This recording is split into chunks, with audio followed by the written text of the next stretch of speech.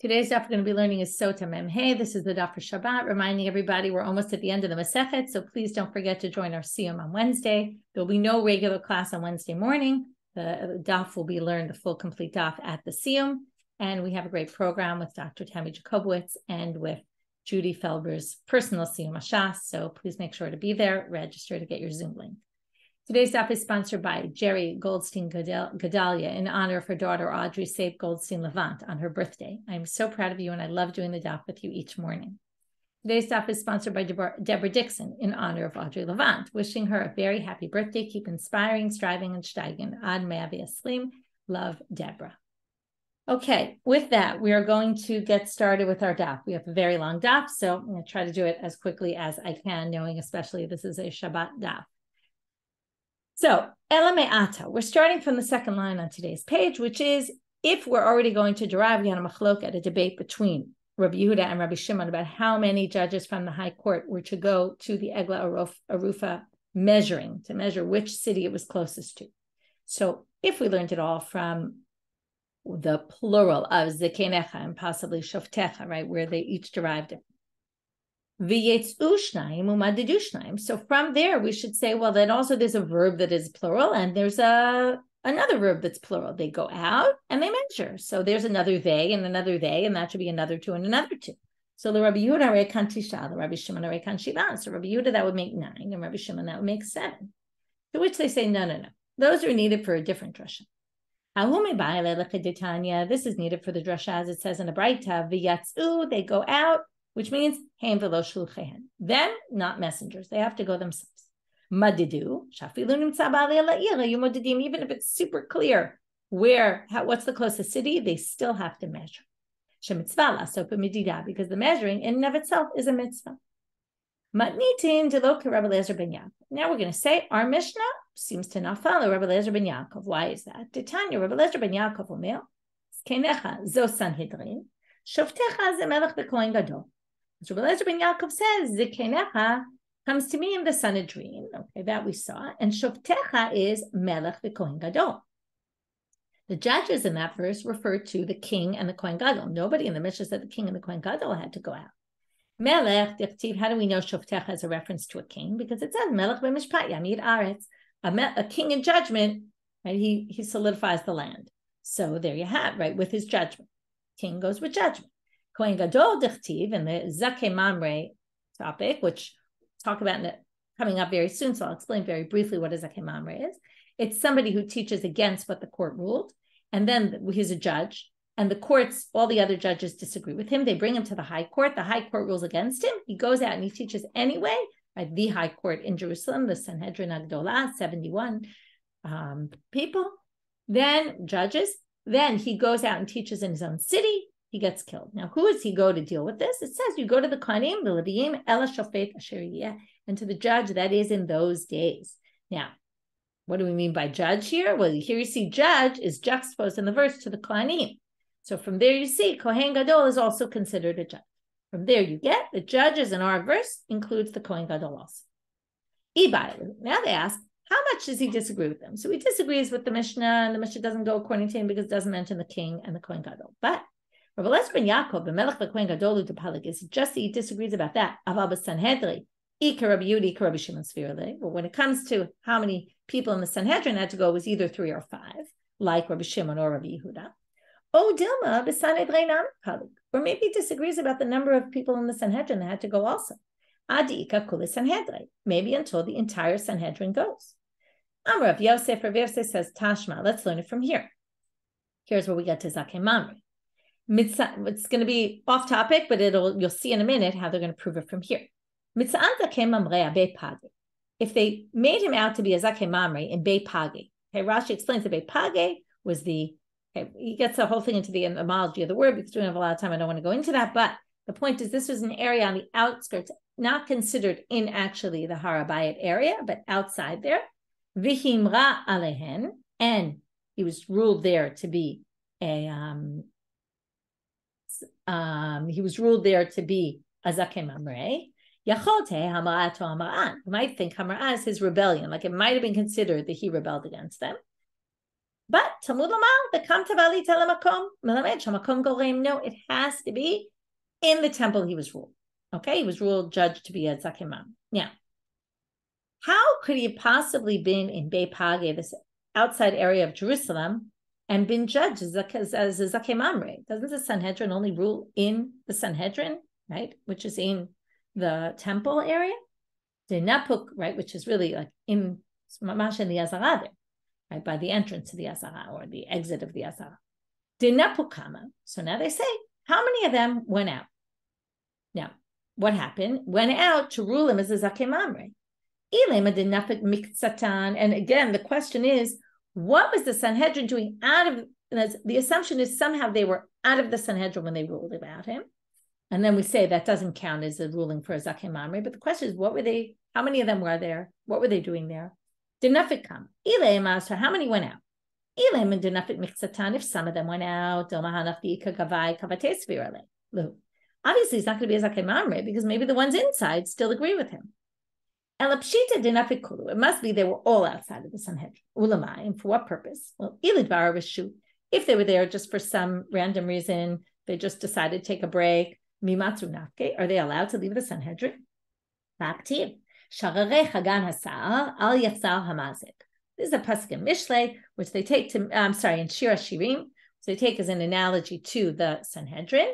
Okay, because it's a rounded thing, and the Sanhedrin sat in a semicircle. And al yachsara mazeg is the wine, the diluted wine. Now, the wine was diluted 2 parts water to 1 part wine, or 3 parts to 1 part. Anyway, there's different ways of reading it. But the point is, what they're going to learn from there were different ways of diluting it.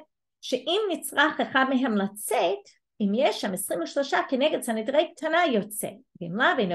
point of al yachsara mazeg, make sure there's always the concentrated part still left, which if we do the 1 to 2 parts, then it's 1/3 has to be left, which is 23. 23 out of 71 is 1/3. It's not divisible by 7, but by 3, but it's close. Right? It's out of 70. It's out of actually 69 is 1/3. But basically, you have to have at least 23 there. Ella pshita lidvar mitzvah. So the point is, there's no way they could have gone out for no good reason. Must be for a mitzvah. So now, what mitzvah would the Sanhedrin go out for? Limai. Egla. Was it not? Well, here's an example of where you'd have to go out. All the Sanhedrin went out to measure the egla arufa.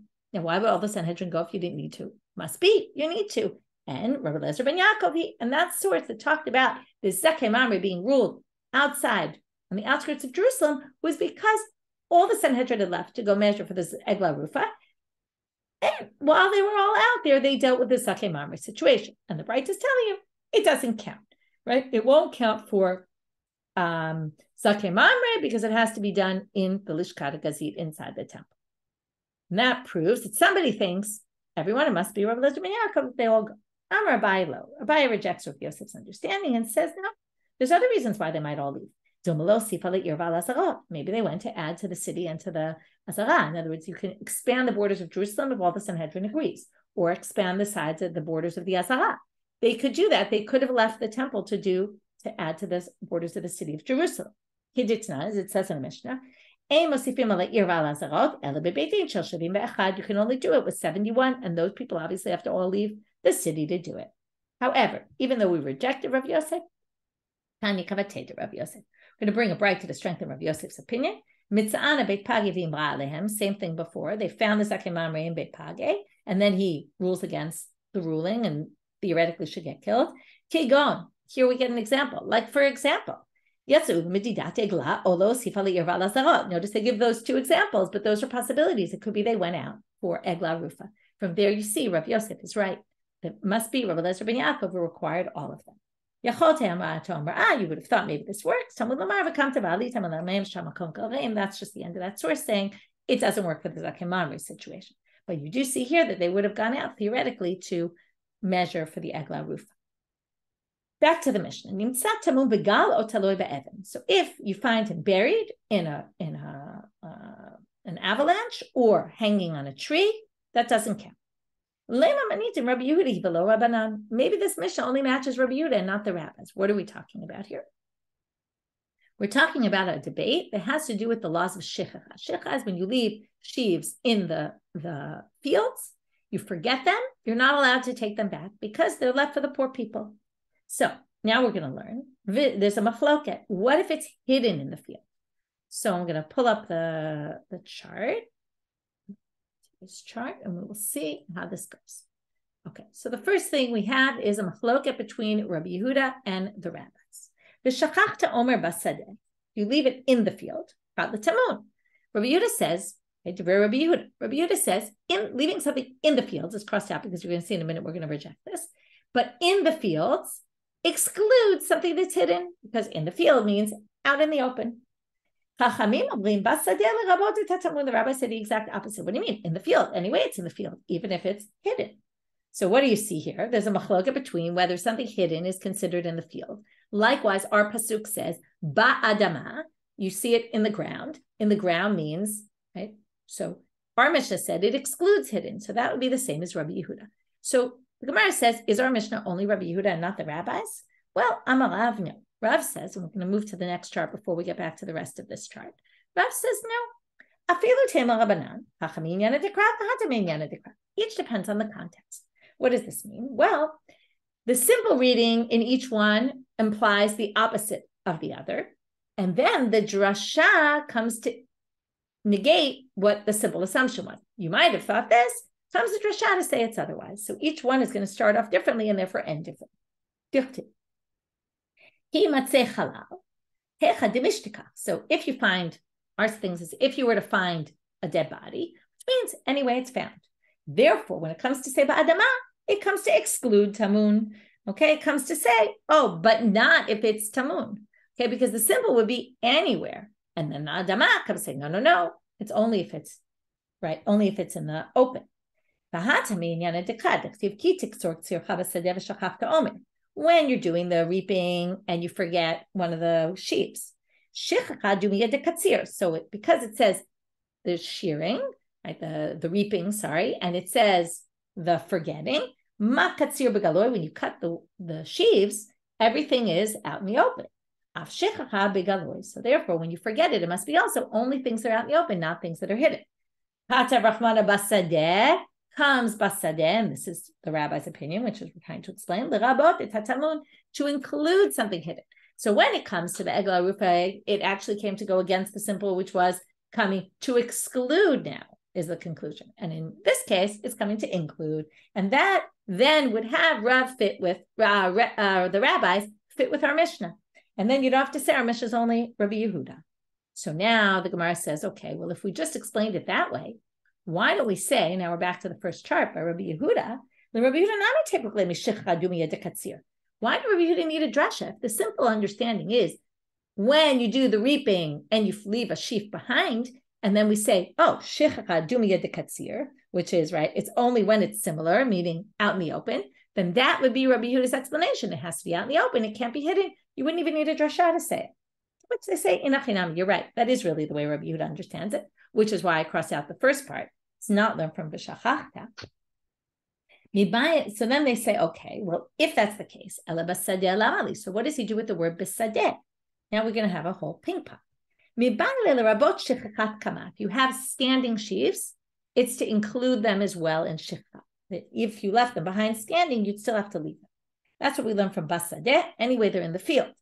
So if the rabbis can't learn that from basadeh because their basadeh comes to include things that are hidden, where are they going to learn it? From the juxtaposition of tzircha in your field, they teach even if it's still standing. Rabbi Yehuda, what does he do with this? Well, in other words, what does he do with tzircha b'sadeh? He needs in your field, he's going to darshan in a particular way, which is what?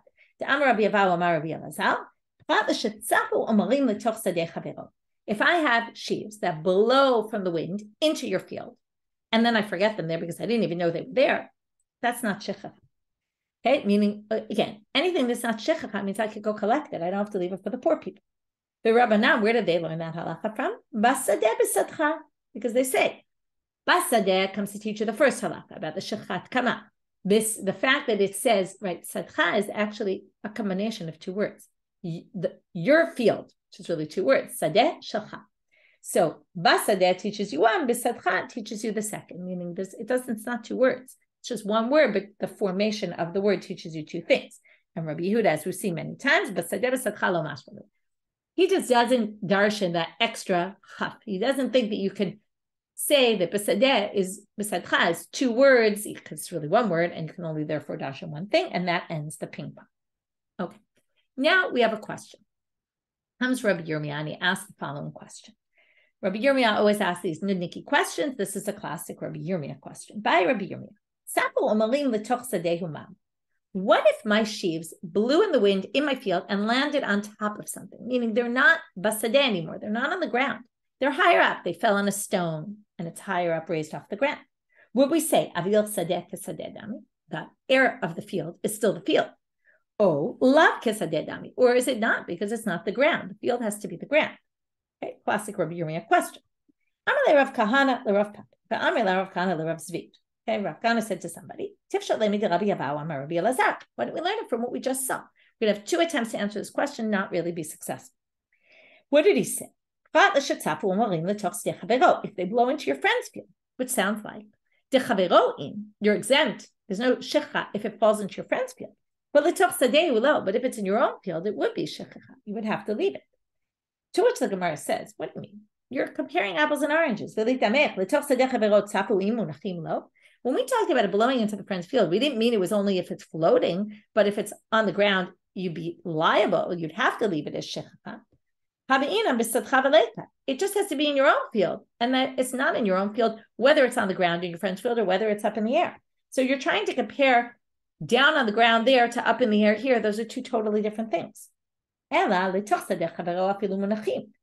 it meant even if it was in the ground. There, because it's true, it uses the word blowing, but it's not used in the same way. There it's still the only way your sheaves could have gotten into your friend's field is if they blew over there. So that doesn't prove anything because those are not worth comparing. Those are not relevant to compare. Tashma, second attempt. This is a case we're going to go into after.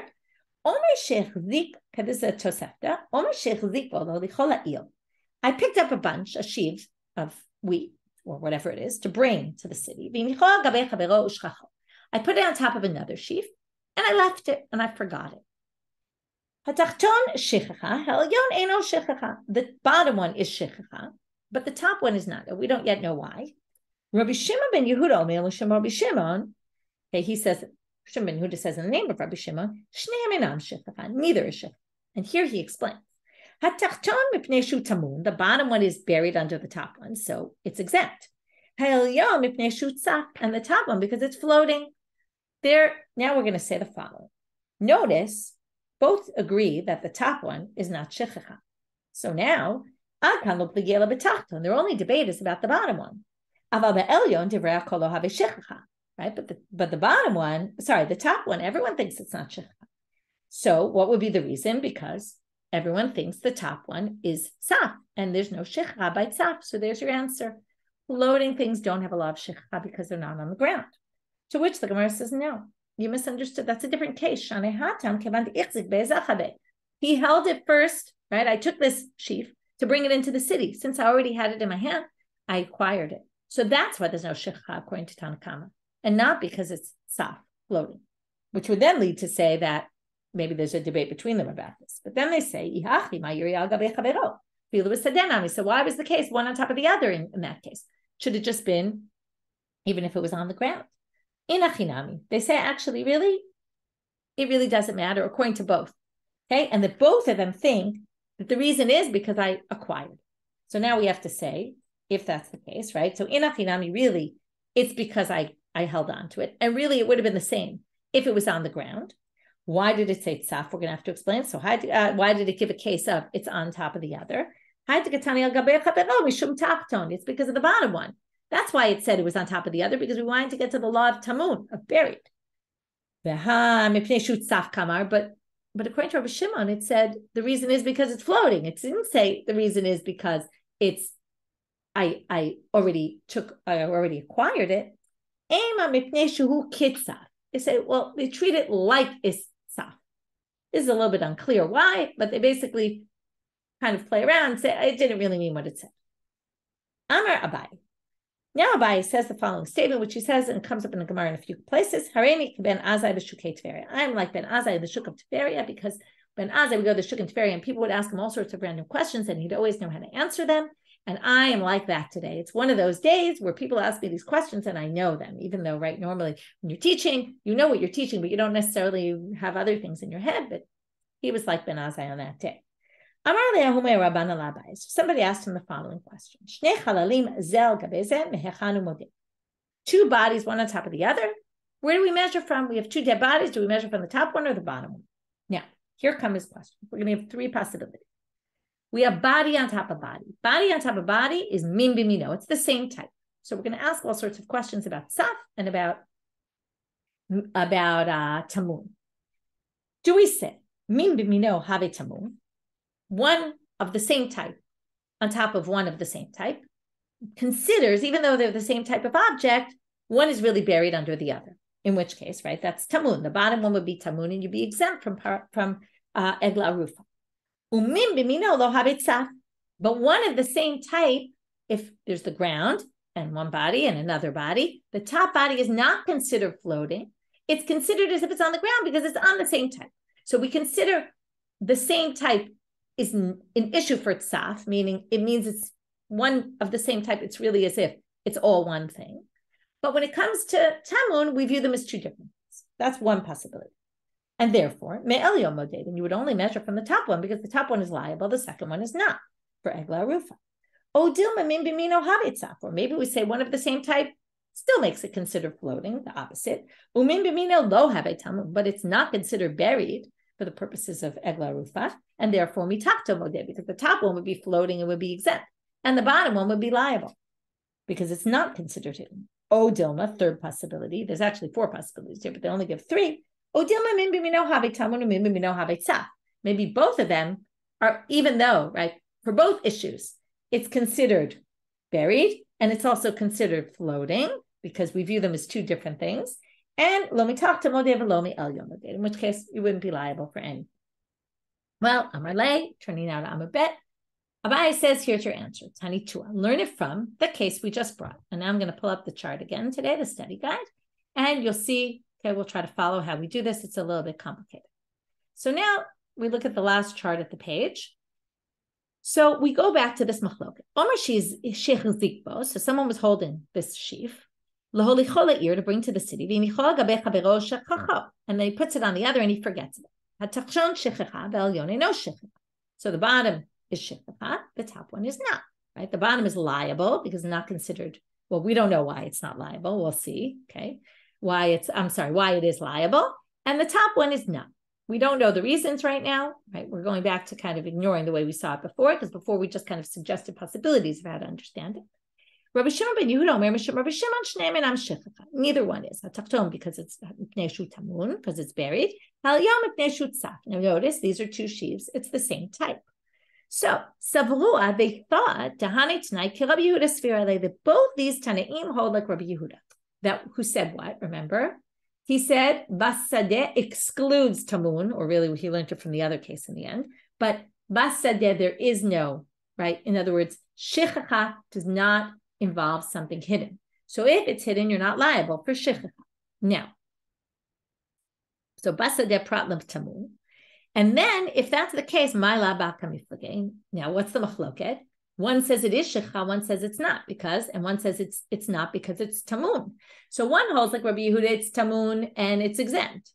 But Mar Savar min b'mino havi tamun, so it's tamun and it's exempt. That's it. That's Rabbi Shimon. But Mar Savar lo havi tamun, and the other one says, what do you mean? It's min b'mino. It's not considered tamun because it's under the same type of object. In which case, we would answer this question, Abaye says, by saying, min b'mino, is it tamun or is it not? Is there min b'mino by tamun or not? There's a machloket tanaim. It depends whether you hold by Tanakam or Rabbi Shimon. But the Gemara rejects this and says, no. If you have like Rabbi Yehuda, that really tamun is exempt. It's just a matter of, is it tamun or not, min b'mino?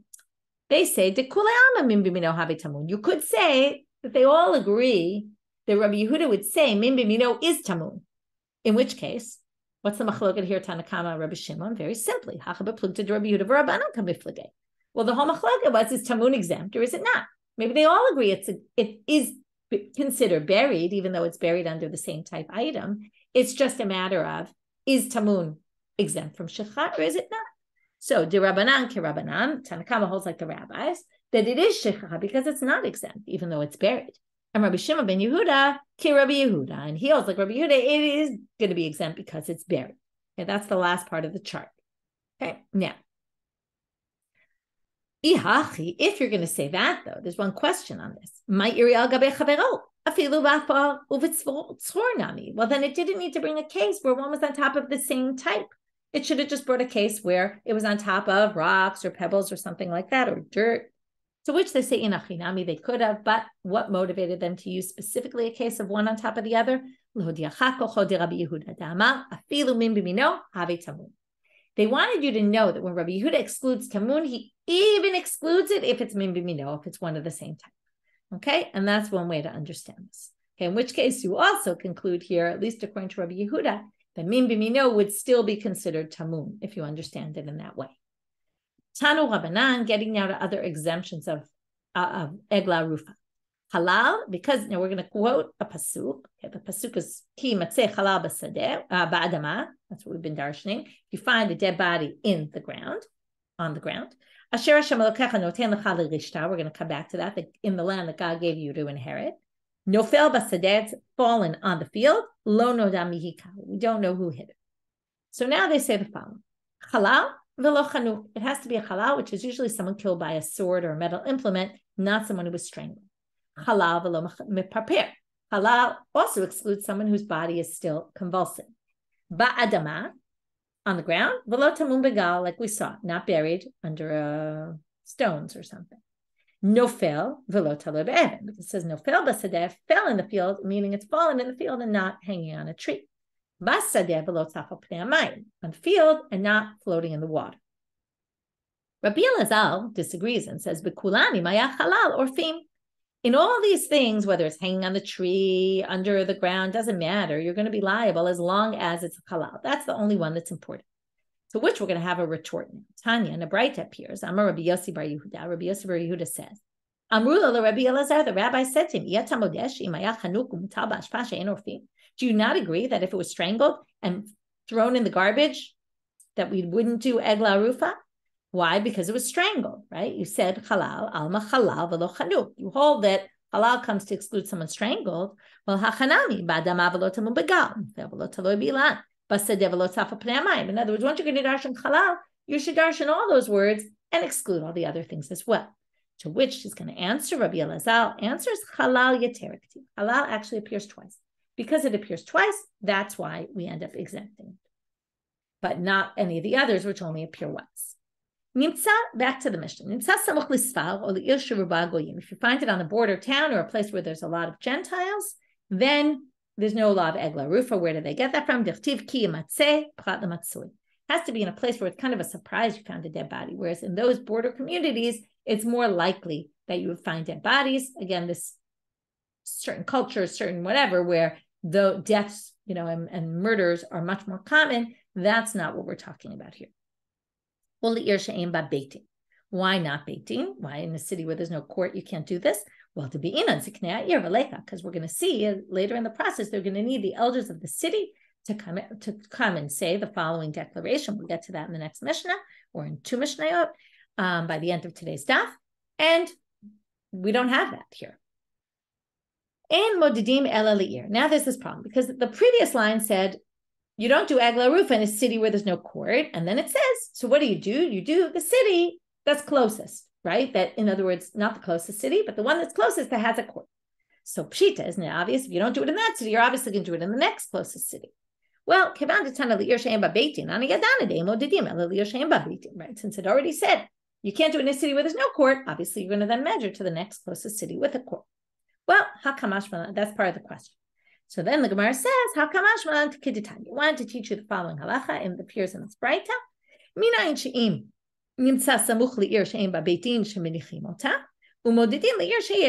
How do we know that if this city, the closest city, has court, we ignore that city and pass on to the next city. Talmud Lomar the elders of this city means like any city, wherever the city is. It doesn't have to be necessarily the closest city, the one we found closest. It comes to include another city, which would be the less close city. Now, you might say that's still kind of obvious. Well, Rashi points out that if you hadn't had this braita, you might have thought, you only had that first sentence, you didn't have the second sentence in the Mishnah, you might have thought that maybe you don't do egla arufa at all. Okay, so that's what it comes to teach. Mishnah. If it's exactly equidistant to two cities, they each bring two agalot. Really means they each bring one agala. You end up with two eglot, egla arufas. Derive Rabbi Eliezer. Okay, this is Rabbi Eliezer's opinion, although nobody seems to disagree. Second law in this Mishnah. In Jerusalem, you don't bring egla arufa. We'll see why in the Gemara. Third case. The head is in one place and the body is in another place. We'll get to this in the Gemara, what's going on here. Rabbi Eliezer says we move the head to the body. We'll have to see why we do this later. Rabbi Akiva says the body near the head. Okay, so first we have to figure out what we're moving body parts for, why it all needs to be together. And the second thing is why would you move either the head to the body or the body to the head? Next issue in the Mishnah. From where would they measure which part of the body? This is just the body's in one place. From what part do you measure? Rabbi Eliezer omer mitiburo, from the navel. Rabbi Akiva omer michotamo, from the nose. Rabbi Eliezer ben Yaakov omer, third opinion, mimakom shenaseh halal, from where they became a halal, mitzavaro. Usually people get their head chopped off, hence the head being different from the body. Okay, my tama, a little bit graphic. We'll get a little graphic later too. My tama to Rabbi Eliezer. So now they want to know, why does he say if it's equidistant to two cities, we measure it to both and each one brings an egla? He holds two things. Number one, you can be exacting in your measurements. It's very interesting. They had this machloket often in the Gemara. Can you be exacting in measurements or not? If you can't be exacting in measurements, then you're not going to bring two egla arufas because maybe only one's liable. You can't bring it if you're not liable. But if it's if you can measure exactly and exactly equidistant, then if we assume that the measuring is really exact, then we're going to be able to make you liable. So he must hold that way, otherwise he wouldn't make them both liable. And krova, when it says the closest city, it means even krovot, even if it's more than one. And Yerushalayim v'yagla arufa, the second halacha there, damar kral l'rishta, because Farber Yerushalayim lo nechal kal shvatim. The pasuk I said before said, you find in the land where God gave us to inherit. And this Tana of this Mishnah, right, Rabbi Eliezer, he must hold, or I don't know if it's actually Rabbi Eliezer even anymore, or the Tana, whoever says that line, Yerushalayim was not divided by tribes. We saw this a number of dapim ago with Binyamin, Ben Tivhav Shachem, that the Mikdash was in his territory. That went against this opinion, this other opinion where Jerusalem wasn't actually divided at all. Jerusalem belonged to nobody. People lived there, and Binyamin and Benjamin and Judah lived in Jerusalem, and that was their land they got, but it wasn't owned. Okay, it wasn't owned by any particular tribe. Etc. But what's their machloket about? What do we care? Why do we have to move the head to the body or the body to the head? If it's about measuring, what do you mean? We already said from which part of the body do you measure, and there's a machloket about that. From the navel, from the nose. This wouldn't have anything to do with moving the head to the body. There wouldn't be another different machloket about that. Must be the topic is not measured. The machloket is about a mate mitzvah, when there's someone dead and no one to bury them. He acquires that place. Wherever he died or she died, that's the place where they get buried. So now the machloket is, right? Is it where the head is or is it where the body is? Look, and this is what it meant. To bury it, it requires its spot. And if the body's in one place and the head's in another place, according to derive Rabbi Eliezer, Rabbi Eliezer says we move the head to the body and bury it there. Rabbi Akiva says the reverse. So now we have left to figure out, well, what's the machloket about head or body? So what's the root of that machloket? Okay, imagine someone's running and somebody throws a spear at him and knocks his head off his body. So he says the following: the body falls straight down. The Rosh rolls. Umar Sarai is round. It makes sense. It would roll. So therefore, the real death place is where the body is. Umar Savar, the other opinion, Rabbi Akiva says, you move the body to the head. Why? The head falls right in its spot. It's a little bit graphic, like I said. But the body could still theoretically be moving even once the head was severed. You could have the body, if someone was running, let's say, away from someone else, their body could still keep moving a little bit longer, and therefore the spot where the head is actually the place where the body was, where the person was killed. Very graphic, interesting discussion. So now the question is, measure from the navel or measure from the nose? What's the root of their machlok? One says the main source of life is from the nose, and the breathing, and one says no, it's from the stomach where the metabolism happens. Maybe it's the same machloket as appears elsewhere about from where is the embryo created. Here's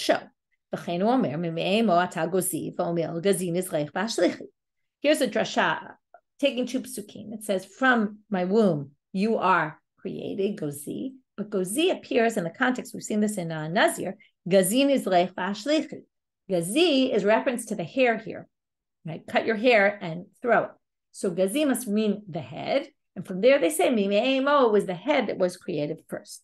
Rabbi Shaul omer mitiburo, u'mishalech shorashav elach ve'elach. Rabbi Shaul says, no. The fetus is created from the stomach. It's the core. And then, right, that's why it's called the core. It's the central part. From there, it stretches its roots, right? It spreads its roots all over, meaning, right? That's the center, and it goes out in all directions. So maybe it's the same machloket here. Is it, right? What's the key part, the head or the navel? Then they say, no, afilutem abashal. You can still say, or also according to Abashal, that ad kan lo kamar Abashal el elian yitzira. He was only talking about when the embryo, the fetus is created. Because there it's created from the center. Abashal could claim that no, I agree with the other side when it comes to life and when where we're going to measure when you die. In terms of egla arufa is going to be from the nose, because it says in the pasuk, kol asher nishmat chayim ba'apav. Anyone who has the breath in them, right? They're breathing. That's a sign of life. Okay, but it could be the vla being created is something totally different. Rabbi Eliezer ben Yaakov, remember, he says the neck. My time to Rabbi Eliezer ben Yaakov, what's his reason? Here you see about the necks of the chalalim of the rishaim. So you see halal and neck going together. That's his source for the third opinion. New Mishnah, and with this we'll finish our daf, at least in the middle of this Mishnah. We're continuing on with the ceremony. Nifteru ziknei Yerushalayim v'alchu lahem, ziknei ota'ir, v'alchu lahem, sorry. Nifteru ziknei Yerushalayim. Now, ziknei Yerushalayim leave the scene, the ones from the Sanhedrin, they go back to the Sanhedrin. Ziknei ota'il, now you have the elders of that city from the Beit Din. Mivi'im eglat bakar, they bring an egla bakar, asher lo mashcha ba'ol, that was never worked. Okay, it never worked, like it wasn't used for plowing or anything. Ve'ein hamum posel ba. Even if it's blemished, it doesn't disqualify it for the ceremony. Umoridim ota lenachal eitan. They bring it to nachal eitan. What is nachal eitan? Eitan kemashma'o kasheh. Hard. Big debate what this means. We'll go with the opinion that it means it has to be a stream that really flows quickly, strongly. Afal pishe no eitan kashel. But if it happens, it's not that strong a stream. It's okay. This is not a critical element of the ceremony. Ve'orfino ta bekofitz me'achoreh. And you break its neck with a huge cleaver from the back. Umikoma asul, the place where you do this, is now going to be forbidden. Milizroa umilavod. You can't plant there. You can't work the land over there. The only thing you could do, mutar lisroch sham pishtan, you can use it for combing the flax because you're not actually using the land. Or linaker sham avanim, you can take stones out of there because again, it's not working the land. You're just taking out stones. Ziknei otaha'ir rochatzini tidehem b'mayim. The elders of that city wash their hands in water. Bimkom arifa shel egla, in the place where they broke the neck of the heifer. Ve'omrim yadenu lo shapru et hadam hazeh ve'einenu lo ra'u. They say we did not spill this blood and our eyes didn't see. V'chiyat da'atenu al tash signei beitin shofchei damim hem. Question they asked, which we actually saw earlier in Sotah. Why would you even think that they would have spilled blood? They're beitin, right? They're the judges of the courts. Of course, they didn't kill somebody, or at least it would be very unlikely. Okay, and there's words in parentheses here. I'll even add them in the explanation. He didn't come to our hands and we let him go, and in parentheses, without food, okay, meaning it's not like he came knocking on our doors needing some food and we didn't give him, and that caused his death. And we didn't see him and leave him, and in parentheses, below levaya, without escorting him, or without providing him an escort. He was walking in a dangerous area and we didn't escort him, right? We didn't do that. And that might have indirectly caused his death. We didn't even indirectly cause the death. Okay, from here, we'll stop and we'll see the continuation of the ceremony tomorrow and deal with the Gemara on this section. Wishing everybody a Shabbat Shalom, Shabbat Tov.